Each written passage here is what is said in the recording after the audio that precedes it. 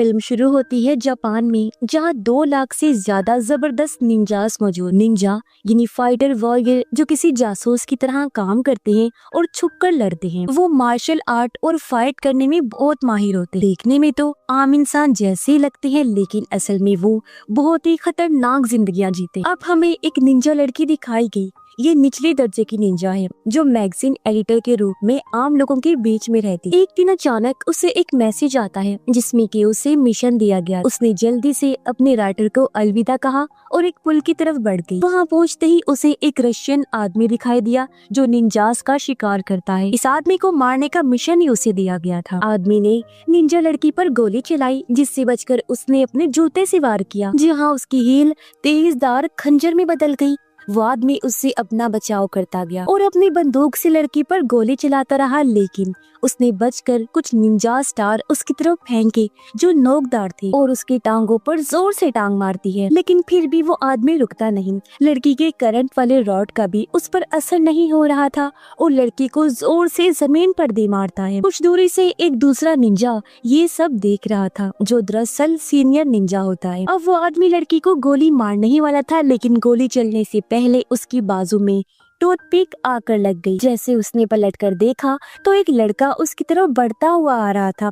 ये भी एक निंजा है जिसका नाम है गुरु, जो हमारी मूवी का हीरो है। गुरु ने बहुत ही आसानी से उस रशियन आदमी को हरा दिया और आखिर में अपनी टांगों में उसका सर फंसाकर गला घोटकर उसकी जान ली। फिर वो निंजा लड़की से कहता है, मैं जा रहा हूँ, बाकी आगे जो करना है आप देख लेना। ये सुन लड़की एकदम हैरान हो गई। उसने सोचा कैसा आदमी है ये। वो उसे कहती भी है कि उसे तुमने मारा है, अपना सारा क्रेडिट मुझे क्यों लेने दे रही हो। उन्होंने जवाब दिया कि इतना काम नहीं करना मुझे, मैं घर जा रहा हूँ, नींद आ रही है, मुझे सोना है। जिससे हम अंदाजा लगाते हैं कि कुरो निंजा तो बहुत कमाल का था, लेकिन आलसी भी बहुत था। हर टाइम उसे नींद आती रहती थी, इसलिए वो चुपचाप वहाँ से चला जाता है। वो एक पुराने घर में रहता है। अकेले बोर होते हुए वो फूंक मार मार कर टूथपिक का तीर बनाने की प्रैक्टिस करता रहता है। तभी अचानक कोई उसके कमरे में बिना आवाज किए घुस आता है।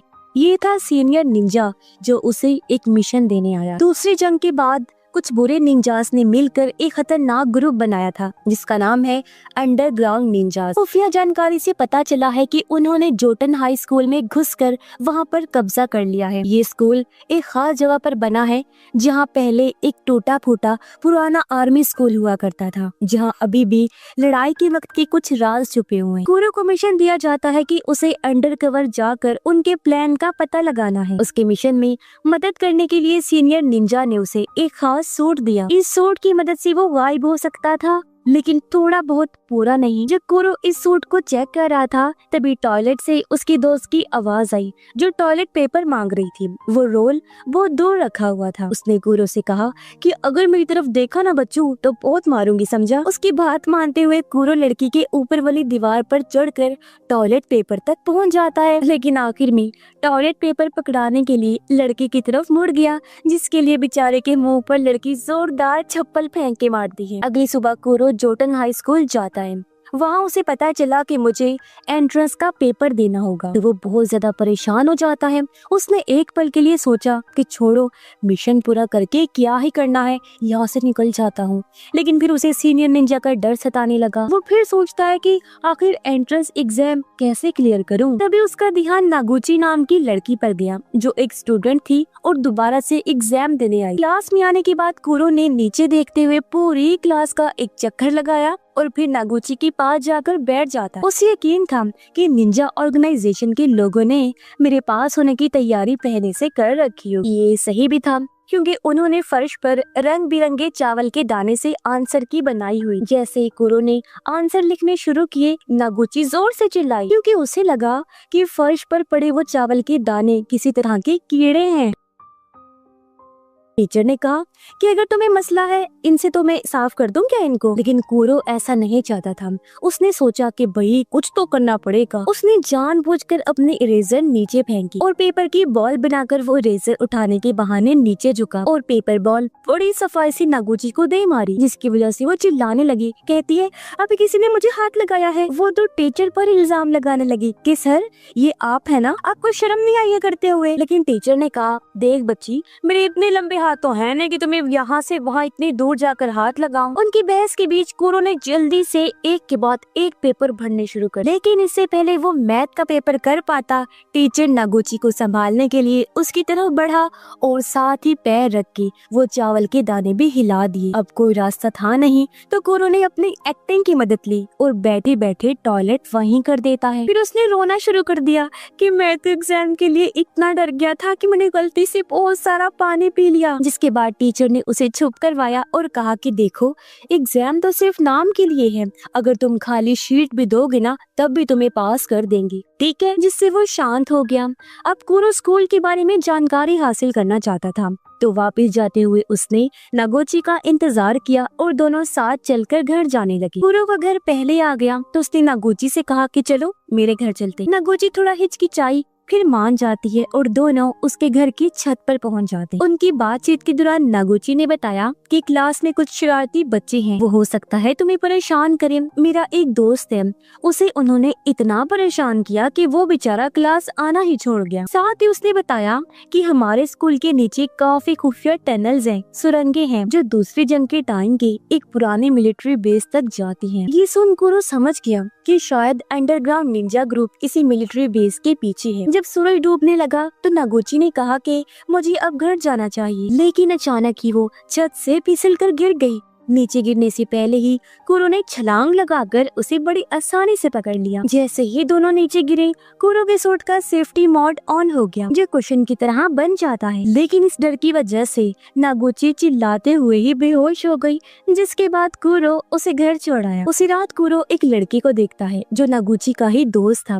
अगले दिन कुरो उसे स्कूल ले गया, ये कहकर कि टेंशन मत ले, अगर किसी ने तुम्हें परेशान किया तो मैं तुम्हें बचाऊंगा। लेकिन स्कूल पहुँचते ही वो लड़के फिर से उसे परेशान करने लगे, मगर वो भूल गए थे कि इस बार कुरो उसके साथ है। तब कुरो ने अपने पैर से नागुची के दोस्त का पैर पकड़ा और जोर से उसे बुली लड़के को दे मारा, जिससे वो लड़का दर्द में तड़पने लगता है। लेकिन नागुची के दोस्त को समझ नहीं आई कि हुआ क्या, और फिर कुरो पीछे लाइन में जाकर बैठ जाता है। तभी उसके चेहरे पर लेजर की लाल रोशनी पड़ी जो एक टेडी बियर से आ रही। ये दरअसल निंजास का सिग्नल था एक दूसरे से बात करने का। और तब कुरो क्लास से उठकर बाहर चला जाता है। वो जब छत पर आया तो यहाँ एक लड़का था जो हाई रैंक निंजा होता है। जिस दिन कुरो ने उस रशियन आदमी को मारा था तब ये भी वहाँ था। कुरो की तरह वो भी स्कूल में एक खुफिया निंजा के रूप में है, जिसका काम ये पता लगाना कि अंडरग्राउंड निंजा ग्रुप में कौन कौन है। उन दोनों के साथ साथ यहाँ एक और निंजा बेस बदल कर रह रहा है जो स्कूल का डायरेक्टर है। वो कुरो को एक रूम में मिलने बुलाता है और फिर वहाँ से गायब हो गया। तभी कुरो ने देखा कि नागुची का दोस्त फिर से मुसीबत में फंस गया है। वो अपने जिस्म के ऊपर वाले हिस्से को बिल्कुल गायब करके वहाँ एक बॉक्स पहनकर उनके सामने चला गया। लड़कों ने जब उसे देखा तो समझ ही नहीं पाते कि आखिर ये है क्या। एक ने जैसे ही टांग मारी जानने के लिए कि आखिर ये कौन है, तब उल्टा वो खुद ही नीचे गिर गया। कुरो ने पहले उस लड़के को सबक सिखाया, फिर नागुची के दोस्त के पीछे खड़ा होके उसके हाथ पकड़ लिए।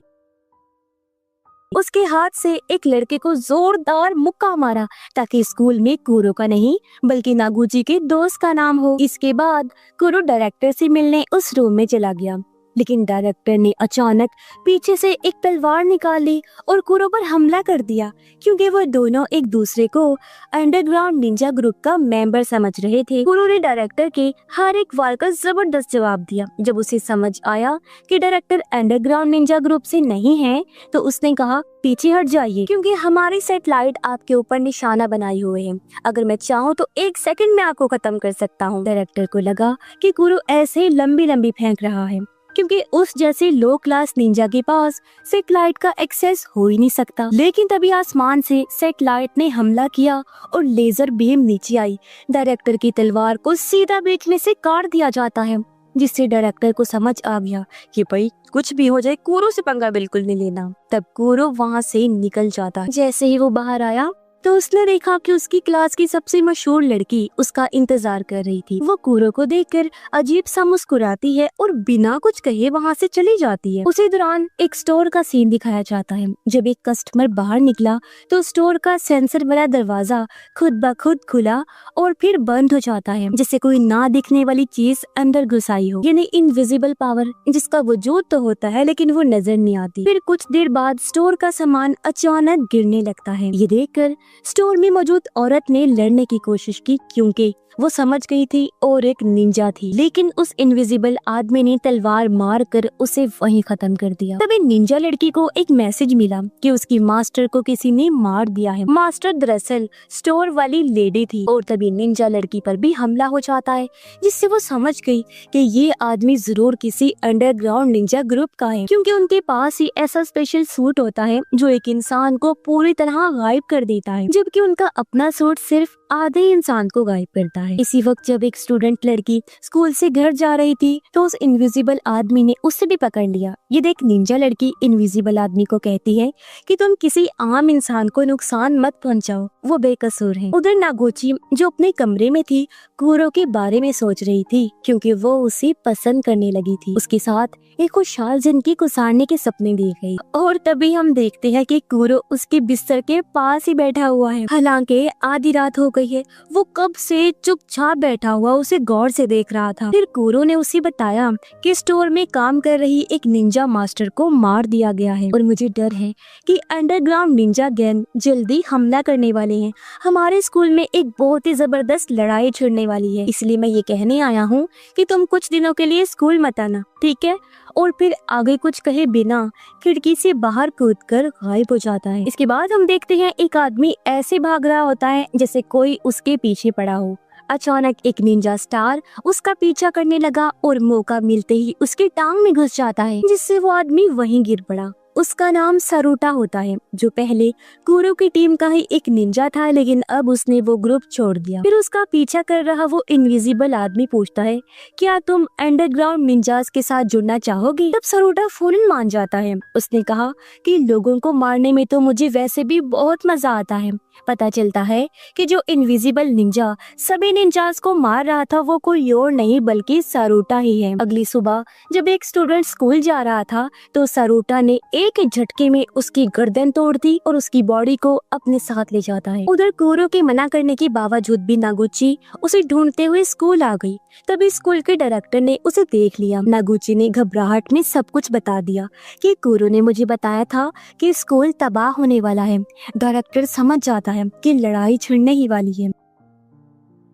उसने नागुची को एक अंगूठी देते हुए कहा कि ये कुरो को दे देना, उसे ढूंढने की कोशिश करो, ये बहुत जरूरी है। कुछ देर बाद सरूटा उस स्टूडेंट की बॉडी के साथ क्लास में पहुंचा। अभी भी उसे कोई देख नहीं पा रहा था और अचानक से वो बिना सर का जिस्म सबके बीच गिर जाता है। क्लास में भगदड़ मच गई और सरूटा एक के बाद एक स्टूडेंट को खत्म करने लगता है। कुछ स्टूडेंट कमरे से निकलने में कामयाब हो गए, लेकिन सरूटा अभी उनके पीछे ही था। जल्दी निंजा लड़की और हाई रैंक निंजा को खबर मिली कि अंडरग्राउंड निंजास का एक आदमी स्कूल में तबाही मचा रहा है। निंजा लड़की ने फिर वहां जाकर अपनी आंखों के सामने ये खून खराबा देखा।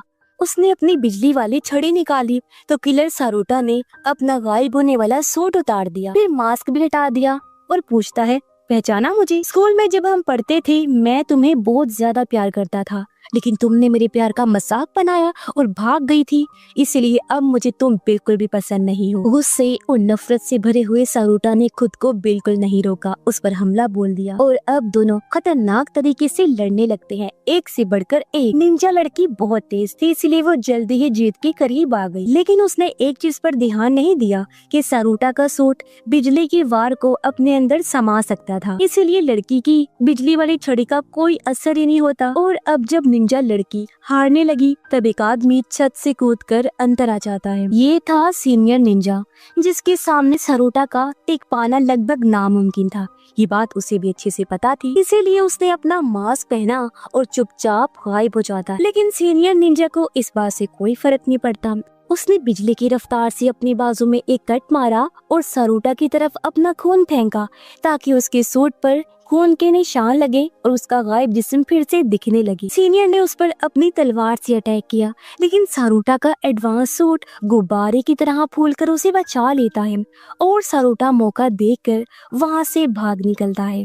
उधर नागुची अभी भी कुरो को ढूंढ रही थी। तभी वो घबराए हुए अपने दोस्त से टकरा जाती है। उसने नागुची को बताया कि मैं, कुरो और एक तीसरा लड़का उन टनल्स वाले एरिया में गए थे। वहाँ अफवाह है कि एक रास्ता अंडरग्राउंड बंकर तक जाता है। मेरी और उस दूसरे लड़के की हिम्मत नहीं हुई अंदर जाने की, लेकिन अब मुझे कुरो के लिए डर लग रहा है क्योंकि वो अंदर चला गया था। उधर कुरो को अंदर एक लड़की नजर आई जो और कोई नहीं बल्कि स्कूल की सबसे मशहूर लड़की थी। यहाँ ये राज खुलता है कि यही विलन लड़की है जिसने ये पूरा प्लान बनाया था। अब जितना कुरो ने सोचा था, विलन लड़की उससे बहुत ज्यादा ताकतवर थी। कुरो ने उस पर एक बॉम्ब से हमला किया, लेकिन वो एक ही झटके में उड़ गई और सामने की दीवार पर चिपक गई, वो भी सिर्फ एक उंगली के सहारे। फिर कुरो ने उस पर 2 तेज करंट वाली तारें फेंकी, लेकिन उसने अपने हाथों से ही वो तारें पकड़ ली, मानो जैसे बिजली का उस पर बिल्कुल भी असर नहीं हो रहा। वही सारूटा स्कूल में ही घूम रहा था। तभी उसके सामने हाई रैंक निंजा आकर खड़ा हुआ। उसने अपनी तलवार उठाई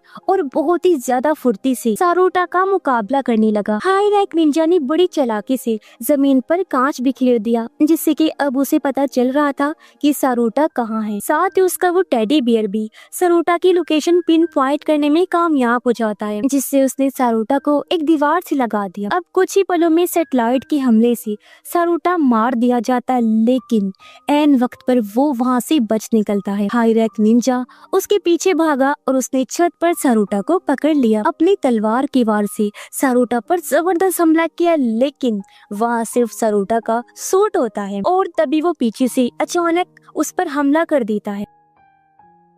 इस अचानक हुए हमले से हाई रैंक निंजा ने बचने की कोशिश की, लेकिन उसकी तलवार 2 हिस्सों में टूट जाती है। अब हालांकि वो एक बेहतरीन फाइटर जरूर था, लेकिन अंडरग्राउंड निंजास के हथियार ज्यादा ताकतवर थे और इस लड़ाई में उसके कंधे पर खतरनाक चोट लग जाती है। वो जख्मी हालत में था, बहुत घबरा रहा था। उसके पास अपनी आधी तलवार से बचाव करने के अलावा कोई दूसरा चारा नहीं था। वो हारने वाला तो बिल्कुल भी नहीं था। उसकी किस्मत अच्छी भी थी क्योंकि तभी यहाँ सीनियर निंजा ने आकर बाजी पलट दी। उसने अपनी तलवार को सारूटा के जिस्म के पार करके उसका खेल इधर ही खत्म कर दिया, जिससे आखिर हाई रैंक निंजा की जान बच जाती। नीचे सुरंग में कुरो लड़ाई में हार रहा था। उसे समझ आ गया था कि मेरे लिए विलन लड़की को हराना लगभग नामुमकिन है क्योंकि उसके पास बहुत ज्यादा पावर थी। लेकिन कुरो ये जरूर जानना चाहता था कि वो आखिर चाहती क्या है और ये सब क्यों कर रही है। फिर फाइनली विलन लड़की सच बता देती है कि मैंने जानबूझकर बाहर जाकर झूठ फैलाया ताकि सभी निंजास को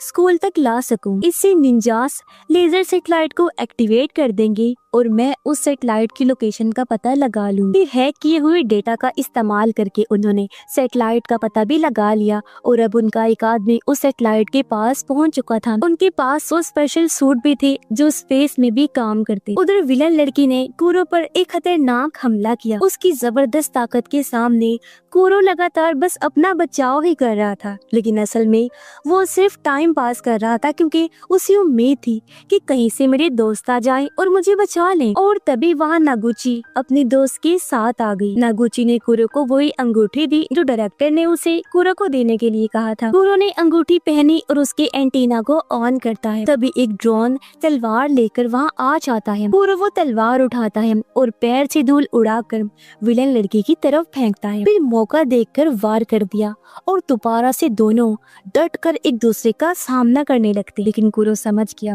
कि विलन लड़की के ऊपर सीधा वार करना बेवकूफी है। उसे चकमा देकर अचानक अटैक करना होगा। उसका गायब कर देने वाला सूट भी अब किसी काम का नहीं था क्योंकि वो सिर्फ आधा जिस्म का हिस्सा गायब कर सकता था। सूट एक्टिवेट करने के बावजूद भी विलन लड़की उसे देख पा रही थी। कुरो ने अपने दिमाग में कई सारे आइडियाज सोचे कि अगर मैं ऐसे लड़ूं तो क्या होगा, वैसे लड़ूं तो क्या होगा। उसने अलग अलग तरह से चकमा देते हुए वार किया भी, लेकिन हर बार वो हार रहा था। आखिरकार उसे समझ आ जाती है कि मैं इस तरह नहीं जीत पाऊंगा। उसके पास एक ही तरीका था विलन लड़की को हराने का। उसने जबरदस्त टेक्निक से सीधा हमला शुरू किया और वो अपनी जान की परवाह ना करते हुए आगे बढ़ जाता है, जिसके बाद उसकी तलवार विलन लड़की के आर पार हो गई। लेकिन अफसोस के साथ उसकी भी तलवार कुरो के आर पार हो जाती है। उसने विलन लड़की को धक्का देकर तलवार खींच ली और वो वहीं मारी जाती है। कुरो पहले ही अपनी पूरी हद तक पहुंच चुका था। वो लड़खड़ाता हुआ अब